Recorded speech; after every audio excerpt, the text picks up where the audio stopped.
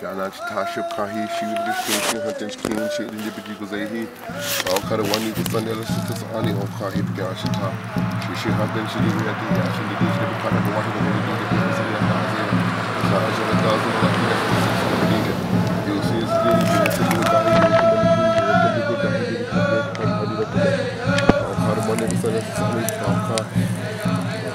trouble double tail cut. I make a second call Kahi and tail Kahi. Yeah, Johnny lesson, seven lessons Kahi. Johnny Kahi, Yana's Kahi. Yeah, so imagine they be taking this and, you know, destroying it. This right here is a lung cleaner. And what is that one? Yerba Santa. Ah. We call it Iritni Il Thunderbush. But of course it's weed, so who wants to get well off of weeds, right? Does it come in a pill form?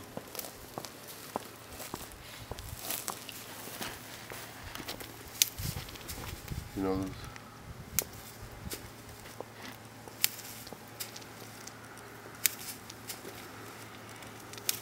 okay, I'm done. Here, looks like he wants to go too. Not just from our own people, but people across America. We got people holding signs that saying "Save Oak Flat, Save Apache Lands" in North Dakota. We have Adrian Chalpa, who's an environmental injustice activist leader over in Oklahoma. We have Tito Ibarra, who's just a Native American comedian who's holding up signs saying "Save Oak Flat, Save Apache Lands." You know, it's amazing. It's like an epidemic, and you know, and it's sad because we have all these Native Americans from across the country. These things are going viral. The stories, it's insane. And yet, look at how many of us within our own people are concerned. You know, we can't. It just goes to show you can't depend on the tribe. You can't depend on. You have to do it yourself. You know, so that's what I have to say. I've been involved with this Rio Tinto fight since about 2004, my own stop personally. I want to tell you why I got involved with it. When I was a young boy, I started wondering about what was going to go on here with the St. Croix Apache tribe and in our future and everything like that. And so I ended up running around. I was in school at that time. And for some reason, I started hearing these voices that were telling me to go here and there. I'm going to bring in why I even got involved in this stuff. And it was these people that were talking to me. It was these holy people. And I had no clue what they were saying. First they told me to go run over to the Superstition Mountains. I was very afraid to do that because I heard all these medicine people saying, don't go over there, little people, and all this other stuff. So anyway, I went over there. And I mean, all of these medicine people, they would come with me. None of them wanted to go. They were, I don't know why. It's none of my business why they didn't want to go. Finally, one went. And after that, we came back. And as I'm driving up towards Superior, the voice told me to turn off in the Oak Flats. I didn't know nothing about Oak Flats. I did not know about its significance. I wasn't even looking about it. I didn't know nothing about history. There's no books on it. There's nothing on it at all. Except I went there. As soon as I got out of my car, I'm listening to this voice and it told me to run around the other way. And when I got out of my car, this whirlwind of red color came around me, spinned around me. And when I saw it, it was like a copper dust type whirlwind of red color, and it came all the way around me. And its hat, it had on feathers that was just like this. It went straight back. It had no crown. It was just it was all red, and it came swished around me. And then after that, another message came, and it said that they're going to start mining here in about 2 years. So what I did is that I went. Even Charles was around because he knows about that. I came back to his house that night, and I told him the same situation. And I ended up the next day was council meeting, and I wrote a resolution, and I presented it to the tribal council. That was the time when Kathy Kitchian was chairwoman at that time. And so I wrote a resolution that night, and I sat there because the next day was going to be a council meeting. And in the resolution, I put that we needed to protect all of our sacred sites in Apache territory from wherever our Apache land exists, even in Mexico, because this is our land. And so I went and I put this resolution down, and I took it before the council, and Steve Titla and all of them were sitting up there. At that time, too, we were having issues at the same time that, what's his name, vice chairman at that time, kind of got kicked out, Robert Howard, came back in. So it was during that time, and so at the meeting when I went to present the resolution there was two people on this side and Howard in the middle, and this was in 2005. Okay, this was in 2005. So I presented it and I said, you know, you need to protect this land under ERFA, under NEPA, under whatever kind of amendments there was out there, historic sites, National Historic Preservation Act, all these other different acts that I put out there. And they looked at it, and it was a split tie. What's his face could have said, you know, we can protect this right now, and none of this stuff would have ever happened here at all. But anyway, you get shunned off by your own people. They laugh at you, they think that this is not what you're supposed to do or what you're supposed to be, and they think it's all fun and games to them until things like this happen. Okay, so then after that time, they tried to do nothing. So I went to the United Nations by myself. Just like I heard she said, you have to do this by yourself. So I went up there by myself. Even Mike knows, because Mike came and brought me $50 at one time and took me to the United Nations to help me out. Right, Mike? Yeah, I did. And so he helped out on this cause. He did this, and he came over to my house to tell me that Rio Tinto or Resolution Copper is watching everything that's going on that I do on Facebook. He warned me, he let me know that. So we had a conversation together, Mike and I told him already, but I don't tell him in detail the story that I told you guys right now, but I need to tell you the story of how it started. And maybe I'm a mediocre guy, you know, it's not about me here. It was about the message. It's about the message that came, and the message is that that place is still alive. And if we go over there, just like the little people live in the Superstition Mountains, just like the gone that come out of there, and some people see these things that are still alive there, they're still there. Underneath the Superstition Mountains that comes all the way up this way, through Oak Flats is an underground tunnel, okay? And that tunnel goes all the way out here by Red Moss, and we know this stuff. So when these start block caving and they start digging into the ground like this and putting the acid in there, it's gonna destroy that whole society that lives underneath the earth. Underneath the earth where we come from, okay? This is the whole situation here. We come from this earth. We have a priority. We have an obligation. We are mandated by the Creator, by God, by your own ancestors, by your parents, by everybody to protect this place, to protect everywhere. This is where we come from.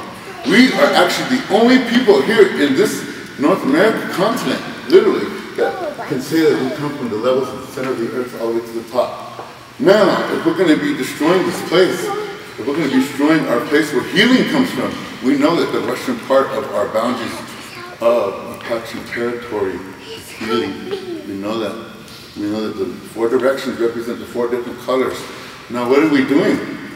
What are we going to do by allowing this to happen over here? Now, I'm not going to speak up for anybody else except for me and what I know.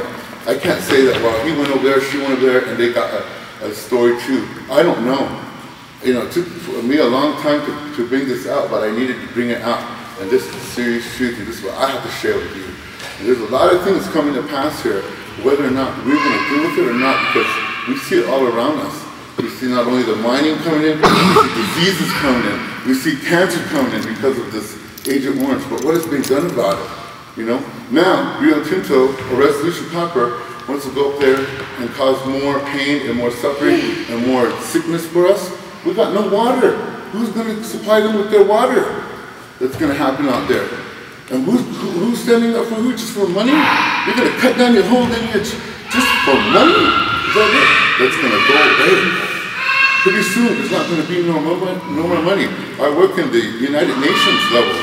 But as a matter of fact, I want to introduce three people that I brought here. I brought with me Dr. Julian Cooney, who's professor of religious studies at the University of Arizona, and Jim Anaya, who used to be the special rapporteur of indigenous peoples in the United Nations for the past 6 years.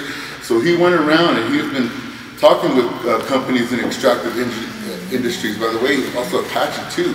And so we got this whole team here ready to help our people in this arena here. But the thing is that we need to come together and decide for ourselves what are we going to do here. Like, we need to organize stuff. And it doesn't matter if there's someone here that's representing Rio Tinto or Resolution Copper, because when it comes down to it, you're still our blood, and we still love you, right? That's how it goes. It doesn't matter any which way. Job to job, we all know this. But the thing is here, we still need to protect our land. whether we're jobs or not. That's our responsibility where we come from. So Jim and I are here. I want him maybe to come up here and just share a little bit, if he wants to, about what his job does and maybe a little bit of ideas that we could go through. I was appointed by the UN as its special rapporteur on the rights of indigenous peoples.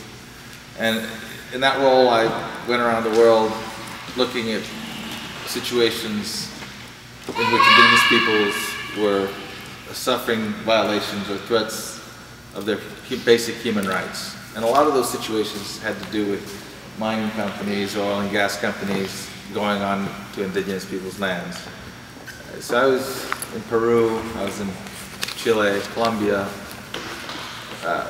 Costa Rica, El Salvador, New Caledonia, Australia, Russia, other parts of Asia, several countries, around 40 countries around the world that I went to listen to indigenous peoples and then report back to the UN with my recommendations about what kind of solutions should be promoted to those situations. And you know, when I got an email from Mike a couple of days ago, it just brought home to me how the very same kind of situation that I was witnessing around the world is happening right here, right in my backyard, you know, from Tucson. And so I told Mike, look, you know, whatever I can do to help,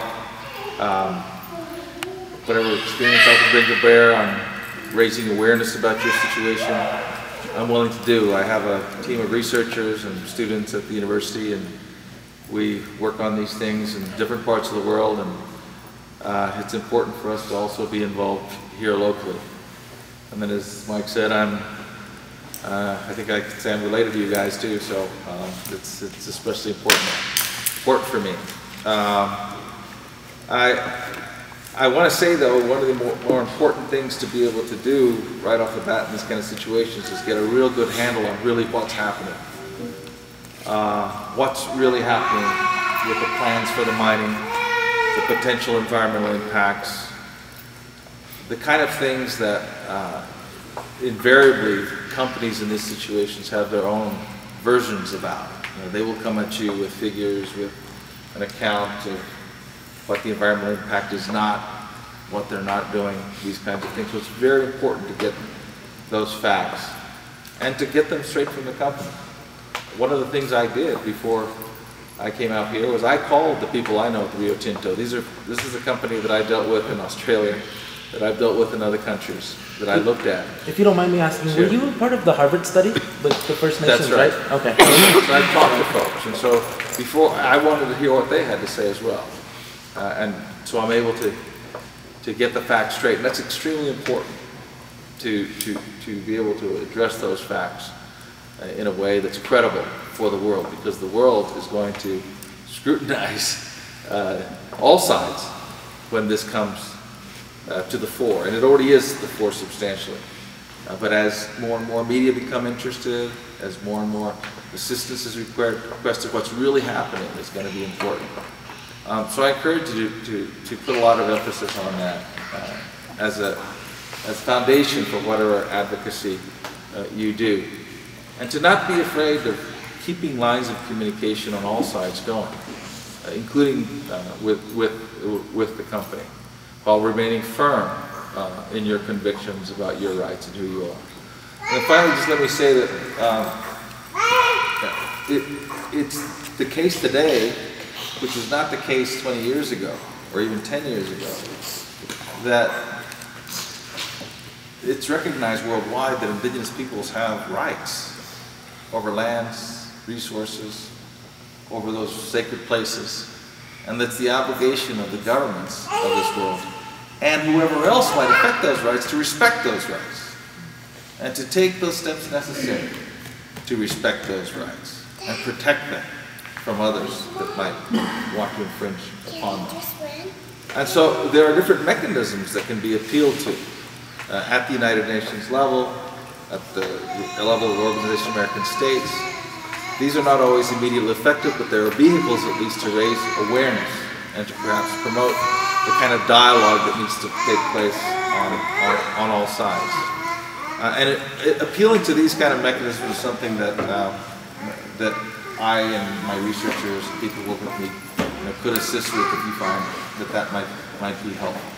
But I just wanted to emphasize that this is a time in which these rights are recognized. That doesn't mean they're respected in all cases, but they need to be respected. And it's not about convincing the world so much anymore that you have these rights, that we have these rights. It's about demanding that they be respected. And hopefully, things can be put into place that will help promote that respect. And there can be, when the consciousness of the world is tapped into with an awareness of what's happening, there can be movement that will help put in place the protections, conditions that need to be put in place so that those rights are fully respected. We're protected by this whole mountain range, all the way from, south of Grand Canyon all the way to Mexico, and then, New Mexico, parts of Oklahoma, Texas. Our people span that whole area. And all these, there's mountain ranges that go all the way down. We have place names written in Apache. We have bands, that come from different areas. So I said, that really is going to affect us as me as an individual. It's going to affect my belief, my beliefs, my offerings, my visits to these places, picking acorn and all these different things. It's going to be affected negatively, and that's going to be connected back to our community. So talked about that, and I think news network people, they just I think this is going to be a whole 9-minute thing. That's a lot of time, and 9 minutes is a lot of time for a major network, which is we're lucky for. I thought they were going to give us 2 minutes at first, and I'm like, say something that matters. And so I said, a few places in Apache, a few words, and a few of the medicines. Teo was there to, pretty much represent the tribal government portion, and he did a good job. He's very professional. I think that was his first thing as a vice chairman and to do, and he did very well in explaining, what moves and what next, and what it means to us still as as the tribal government. And they walked with him and videotaped him too over there. But they got a hold of us through the Roy Chavez's group in Superior, that mining, which is a small local. I don't know if anyone's here from there, but I did a mass email out to them as well. Concerned citizens and retired miners. Exactly, yes. So they called them, and from there they called Winsler, and Winsler said, let's get it rolling, and shot out a bunch of emails. So they started calling everyone last night. So in the meantime, I have several friends that are archaeologists that and then my friends from the Honor Keeler from the the Association of American Indian Affairs through Jack Trope. His group sent out another whole petition thing, so that's in the arena of American Indians and lawyers and that realm. We have NCAI still doing stuff. We have the Society for American Archaeologists is 3,000 to 5,000 membership that we contacted. I mean, each one of us has I have my whole group of people, and Mike is here, and I'm so glad you're here, James, and because it brings in the arena of the United Nations, and we've been present there a few times through the help of Mike and his connections, and Julian too, your connections as well. And I think we left off at the United Nations in 2012, right? Mm-hmm. And we introduced, and I think that time we wrote for Teo, and Teo read it, right, at that time? They read the statement of the General Assembly of the United Nations. And once, and the folks there are so interested in what we're fighting for. And there, in that arena, we're putting the United States in pressure on the president at that time, and pressure on the United States because they're not following regulations and rules that everyone else is. That it's created to, for people, federal agencies to follow, like the National Historic Preservation Act, the Native American Graves Protection and Repatriation Act. Those are all thrown out the window, and so we're asking, well, actually we're not asking, we're putting the United States in the spot and saying, why aren't you following that? Now we have to go out of that arena and going to, to the United Nations, into a different arena to put pressure on you. So So I think there's a key there. You know, we have a working group that's about 30 people, that's comprised of 30 people for the tribe. There's some of us from the tribe because of me as an archaeologist and a tribal historic preservation officer, but I have a staff of one that's a temporary person that basically keeps my office open and answers the phones, but the rest I've got to somehow be on top of some 24/7 lately. And if it wasn't for my friends that are off the res that, you know, really have stepped in, I think we, you know, they just love everything about, you know, how they've come here and they do anything for free. And just like Julian and Jim, you're here, I think, in that on that same capacity, in the same note, because I think of their love and respect for our people. And the only thing that I'm really concerned about is there's not enough of this going on. You know, there's not enough of the local things going on because it needs to happen. Our local people aren't praying enough. They don't know that place enough. They don't know Hilltop enough. They don't know, you know, even Mount Graham. It is a special place. It is alive. I've seen it, you know, and I've seen how this place is over here to Oak Flat. It's not just these two places. It's everywhere around us, you know. And I mentioned too that people don't realize here on this reservation, you know, this is just a little place the government put us in. It's not our homelands, traditional homelands. You know, I mean, it's a part of it, but it's not where we all come from. So our people are just blind. They're just asleep and they're blind and they're shutting their ears, shutting their eyes. People are participating in our sunrise dances, our ceremonies. There should be thousands angry, thousands protesting, or thousands of people who even take part in holy ground ceremonies, sunrise dances, you know, any of those kind of things. All those people, this place should be full, right? You can see how big sunrise dances get. Look who's here. You know, and so to me, you know, like it's really the people with the heart, the big prayers, the people with that strength. And, you know, to me, it's like, look who's here. It's you guys. You know, and how does it happen with a small group of people? It can get bigger. And really, you know, the chairman's doing his stuff over there, you know, Windsor's doing his stuff, I'm doing my thing, and, you know, I had mentioned a few times, will I get in trouble if we start something grassroots? Because, you know how working for, you know, politics goes, you know, I might get in trouble. You know, somebody's going to say something, somebody's going to get jealous, or somebody's going to get angry, or somebody's going to say, she's not clearing home sites fast enough, you know?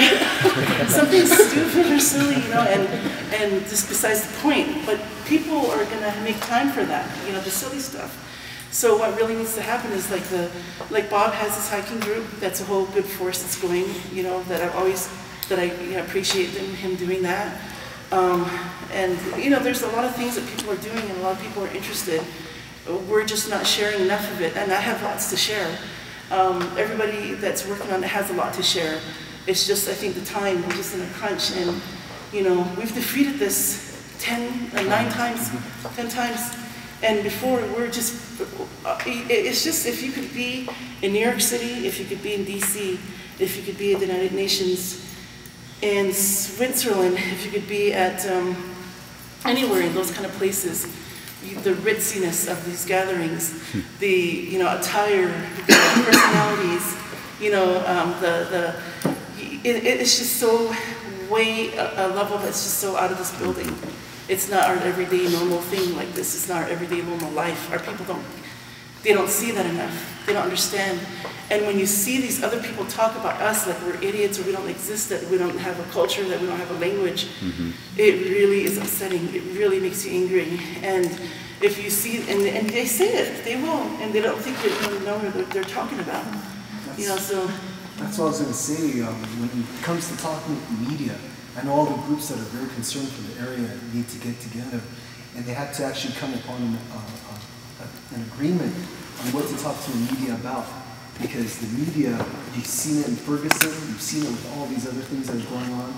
They want to divide and conquer because these people are working for those companies. Exactly. Those media people are working for only 7 corporations and 7 individuals throughout the entire world. Al Jazeera is working for the oil companies out there in Arabia, you know, in Dubai. So their main goal here is to disrupt anything that's going on in the United States government at that level. So they're going to use us as a prop for, look, hey, this is what's wrong with the United States, as opposed to Fox News is going to turn around and say, hey, look, it's a bunch of Indians running around banging war drums. You know, so we've got to come together and be able to control what we are going to promote for them. Yeah. Because as Apache people, we're here because this is sacred for us. But we need to get the idea out there. You know, you're talking about the ritziness of these people. Yeah, they're getting money from these corporations, you know, and that's why they're making these decisions. What the important thing is these people who are living there in Gold Canyon, Apache Junction, Phoenix even, all the way over here to, you know, to Superior are going to be affected. Those are the people that we need to wake up. You know, unfortunately, we're not seeing our own people here. But there's other people that are going to be affected by it. Like we're talking about the cancers that are going through here, you know, because of it. And we need to really control what we say and how we say it to these guys, because they are going to use it back and forth. Yeah, we met with the, I wanted to mention this before I forget it, but we did meet with the Queen Valley, and those citizens were very upset. And they were upset because of where the tailings were going to be, because the tailings were it was mentioned that it was going to be taken and dumped somewhere out there, and then their water is going to be affected too. And so as soon as we started saying that, and plus the mining company's there as well too, and they're given time, you know, to speak and everything. And we present ourselves and not in a way where we're going to be fighting or angry, or we're like, no, you know, those people there. None of us speak that way. We just relay the facts of how things are going to be. Because if you guys know, Picket Post Mountain is a holy and sacred mountain. There's beings living in that place, you know, and every mountain range that we have, there's holy ones living in there, you know, and when we go and offer and do our prayers in there, you know, that's our connection. That's, you know, we're mountain people. And, you know, the Picket Post Mountain, if you take that mountain and put it over Oak Flat, and then, you know, if here's Oak Flat, Picket Post Mountain's here, just, you know, put it underneath it, and that size of a hole is going to be underneath it. To say that this is a very, very important issue. I have sent out emails. The moment I got it, I got the word, and it came out of a listserv, Citizens for Legitimate Government, that had right at the top land being given to foreign corporation, Indian land being given to foreign corporation. So I sent it to about 64 people around the world, various indigenous networks and people that I know, just to remind people about what's going on here. And, you know, I think we need to see this whole issue. The first thing I want to say is we need education. It's important for us to have documentation about, including some of these letters that were sent out, and Vern's circulation, when Vern circulated the document on Arizona Mining Reform Coalition. Yeah, that comes from Roger Featherstone. Right. That should be in it also. It should be translated. I think education is so important because my own understanding is that this is a spiritual issue. This is the rape of the Mother Earth. And you know, I like to believe that somehow the corporations have some level of integrity, and I was talking with Jim when we were walking over. But they don't have a track record. You know, I mean, I've been in so many different parts of the world, in Namibia, in Papua, in Malaysia, in Northeast India, in China. I mean, you look in South America, it's the same story in Peru. Anaconda copper, you know, you've got Rio Tinto, you've got BHP Billiton, you've got Anglo-American, and they are stripping indigenous people's land, and the reason is economic.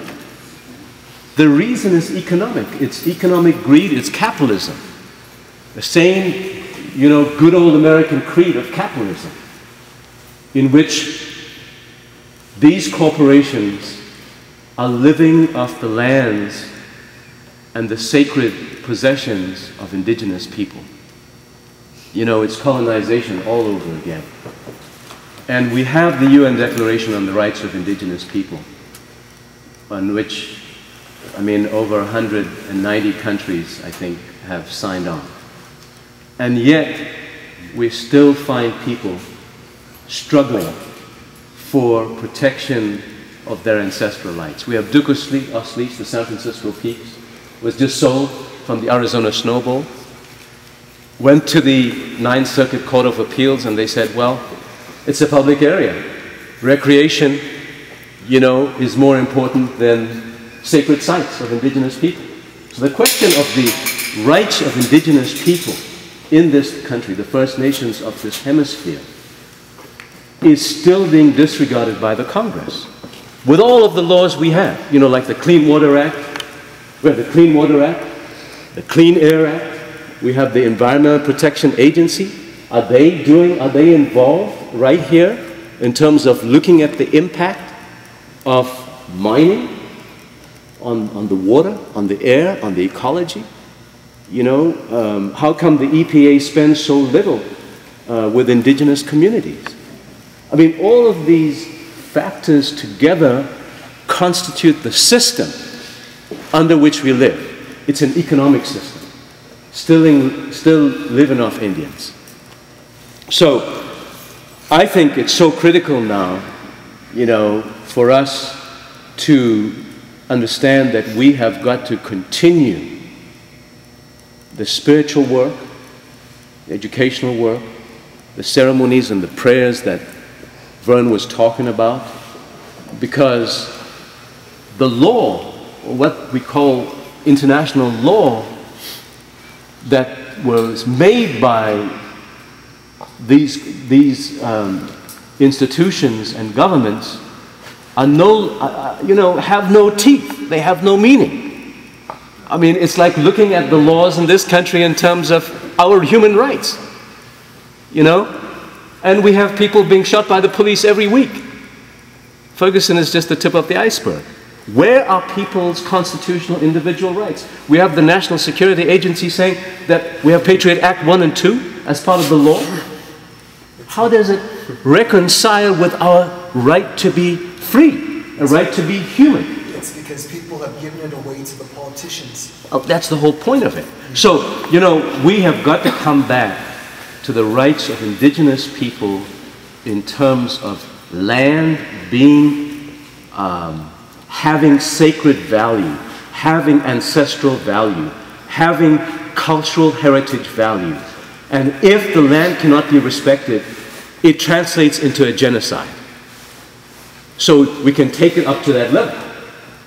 You know, if Rio Tinto is saying that they respect human rights of indigenous peoples in Australia where they have their roots, or these come in Namibia or in Papua or in San Carlos with Resolution Copper, then they should recognize the rights of indigenous people when indigenous people saying, you are destroying our culture. You're destroying our land base. You can't mine here. You need to have consulted with us. The question we have to ask is, why was Rio Tinto and Resolution Copper not involved in formal discussions with the Apache Nation? What's the basis? They claim to have been consulting with the elders and I think the traditional people and so forth from the community. Yeah, but there's no, or certain individuals. Certain individual ones. An informal process.